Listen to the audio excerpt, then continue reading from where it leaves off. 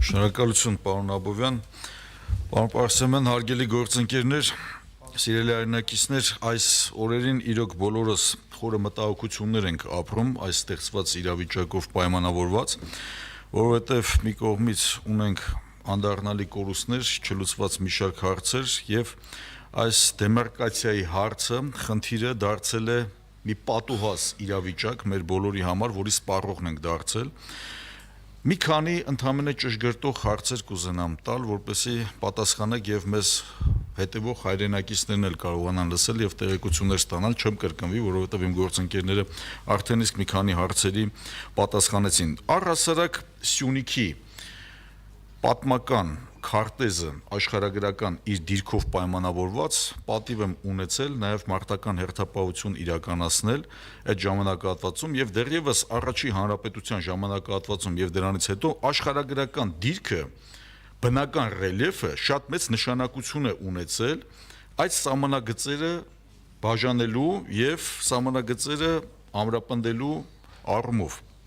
Այսօրվա դրությամբ այս տրամաբանությունից ամբողջությամբ դուրս է եկել այս խնդիրը։ Եվ տեսեք, եթե մենք հիմա հղում կատարենք նույն 1919-1920 թվականների այս քարտեզի վրա, մենք ամբողջությամբ այլ պատկեր ենք տեսնում, որը որպես այդպիսին, որպես իրավահաջորդ դարձել է խորհրդային Հայաստանի Հանրապետության քարտեզ եւ համայնքներ կան, որ այստեղ ամրագրված են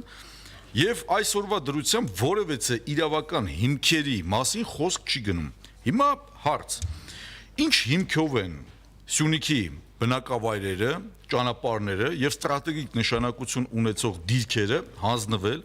արդյոք ձեզ որևիցե փաստաթուղթ տրամադրվել է եւ շատ կուզենայինք այո, որ Սյունիքի մարզի այլ վարչական շրջանների ղեկավարների, համայնքների ղեկավարների ներկայացուցիչներն էլ հնարավորություն ունենային խոսելու եւ առհասարակ այս գործընթացը որ տեղի է ունենում տրամաբանությունը մեզ հուշում է նաեւ հասկանալու եւ կողմնորոշվելու որ մենք ունենք առհասարակ Հայաստանի Հանրապետության ամբողջ տարածքի հետ կապված խնդիրներ, որովհետեւ մենք ընդհանրապես մեկ մարզ ունենք, որը սահմանամերձ չի համարվում։ Մնացած բոլոր մարզերը սահմանամերձ են եւ պարբերաբար ամենատարբեր մարզերում ամենատարբեր խնդիրներն են առաջացել, բայց այսօր բնականաբար առաջնային խնդիր հենց Սյունիքի մարզն է հանդիսանում։ Հիմա այս հարցերի հետ կապված ձեզ որևիցե մի փաստաթուղթ հիմք ներկայացրել են, որով դուք պետք է առաջնորդվեք։ Որտեղ է այդ սահմանազատումը, ինչ հիմքերի վրա է այս գործընթացը տեղի ունենում։ Եվ ներողություն մի հարցել Սյունիքում ռազմաբազա ունենալու խնդրի մասին պարբերաբար առիթ ունեցել եմ թե հրապարակային, թե փակ հանդիպման ժամանակահատվածում խոսելու, արդյոք նման գործընթացի մասին ձեզ տեղեկացրել են կամ նման տեղեկություններ դուք ունեք կամ մարզում նման հարցեր առհասարակ քննարկվել է թե ոչ։ Այս հարցերին խնդրում եմ անդրադարձեք։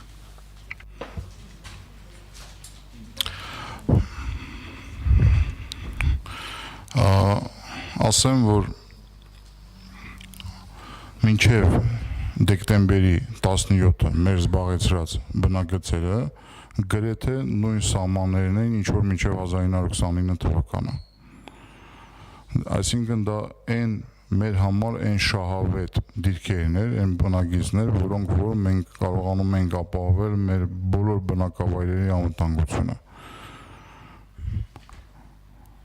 Այսինքն, ինչ եմ ուզում սրանով ասել, որ մինչև 1929 թվական, ինչ որ դուք ցույց տվեցիք հիմա քարտեզով, այդ սահմանագծերը, դա մեր համար այն իդեալական վիճակն էր, որ կարող էինք ունենալ։ Այն ինչ որ զիջվել է 1929 թվականին տրվել է գիտեմ ինչ պատճառներով Ադրբեջանին, հիմա մեր համար այդ հատվածը կարելի ասել կույրաղիկ է դառել։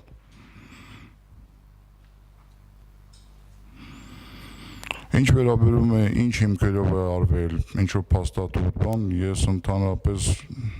ոչ փաստաթուղթ եմ տեսել, որովհետեւ կամ էլ ինչ որ հիմքերի մասին չեմ էլ լսել։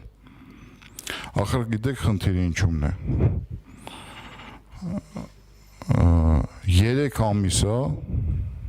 3 ամիս մենք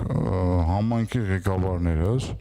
Ընդհանրապես որևիցե կապ չունենք Հայաստանի Հանրապետության կառավարության հետ,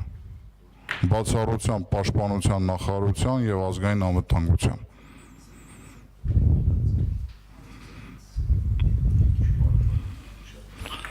Այսինքն բացի Հայաստանի Հանրապետության կառավարությունից, եթե ինչ-որ մեկ այլ գերատեսչություն կա կամ չգիտեմ ինչ-որ մեկ այլ կառույց կա, որ կարող է մեզ հիմքեր տրամադրել կամ փաստաթղթեր ներկայացնել, ես չգիտեմ։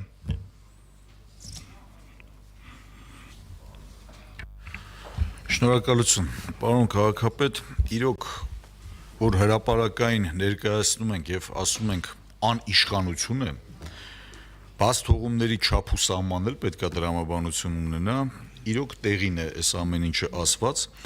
կարծում եմ այսօր մարդիկ կան, որ տեղական ինքնակառավարման մարմին ասացի երևի ընկալելիությունը չեն պատկերացնում եւ ամբողջությամբ սա էլ եմ ես համարում մեծագույն խնդիր, երբ որ մենք Հայաստանի Հանրապետության ազգային ժողովում քննարկում ենք քաղաքացիներին այս պայդրությամբ զինելու կամ զենք զինամթերք կրելու այս հնարավորություններն ու իրավունքները ավելի պարզեցնելու գործընթաց, այն պարագայում, երբ որ մենք պետք է գործենք պետական ինստիտուցիոնալ սկզբունքներով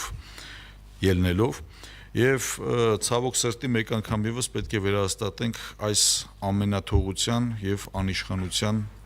փաստը, որ առկա է այսօրվա դրությամբ։ Ես կարծում եմ մենք նաև հնարավորություն կունենանք առանց տեսախցիկների էլ քննարկելու որոշ հարցեր եւ հանգամանքներ հետագա գործողությունների մասով եւ ռազմաբազային էլ կուզենայի որ անդրադառնայիք։ Շնորհակալություն։ Ռազմաբազայի հետ կապված ես ինչ-որ բան չեմ կարող ասել, միայն կարող եմ ասել, որ ներկայությամբ Կապանի հատվածում մեր կամրակար կոչվող վայրում տեղակայված են ռուս սահմանապահները եւ